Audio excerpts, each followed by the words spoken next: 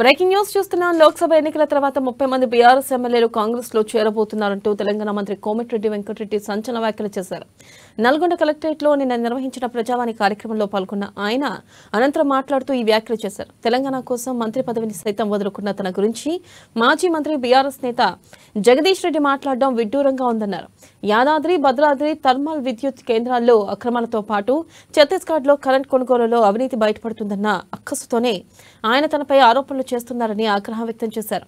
ఎన్నికల సమయంలో ఇచ్చిన 6 గ్యారెంటీలను 100 రోజుల్లోపు అమలు చేసి తీరుతామని పునరుద్ఘాటించారు.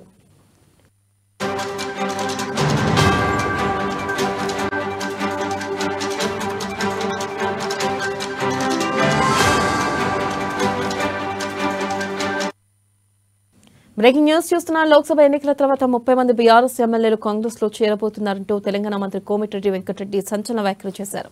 నల్గొండ కలెక్టరేట్ లో నిన్న నిర్వహించిన ప్రజావాణి కార్యక్రమంలో పాల్గొన్న ఆయన అనంతరం మాట్లాడుతూ ఈ వ్యాఖ్యలు చేశారు. తెలంగాణ కోసం మంత్రి పదవిని సైతం వదులుకున్న తన గురించి మాజీ మంత్రి బీఆర్ఎస్ నేత జగదీష్ రెడ్డి మాట్లాడడం విడ్డూరంగా ఉందన్నారు.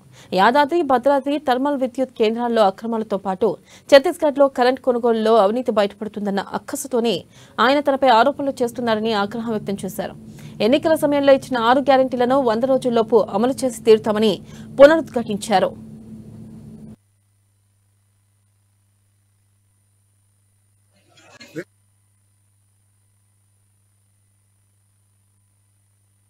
ప్రభుత్వాన్ని పడగొట్టడం, మద్యపానం దొంగతనంగా తీసుకొచ్చి మిర్యాల గూడలు అమ్మితే జైలు పాలైన కేసు ఇప్పటికీ ఎక్సైజ్ పోలీసులు పెండింగ్ ఉంది. అలాంటి సిగ్గులేని క్యారెక్టర్ లేని మనిషి నా మీద మాట్లాడడం నిజంగా చాలా, ఎందుకంటే అలాంటి వ్యక్తులు క్యాబినెట్ లో పెట్టుకుంటే ముఖ్యమంత్రి గారు తప్పు. అందుకని జగదీష్ రెడ్డి చెప్తున్నా, రేపు పొద్దున ఈ ప్రభుత్వానికి రేవంత్ రెడ్డి కోమటిరెడ్డి వెంకటరెడ్డి ఏ క్లాస్ ఎమ్మెల్యేగా మారి ప్రభుత్వాన్ని పడగొట్టడం. మేము మా ప్రభుత్వాన్ని ఎప్పుడు పడిపోదు. మీ 39 మందిలో పార్లమెంట్ ఎన్నికల తర్వాత 10 మంది ఎమ్మెల్యేలు కూడా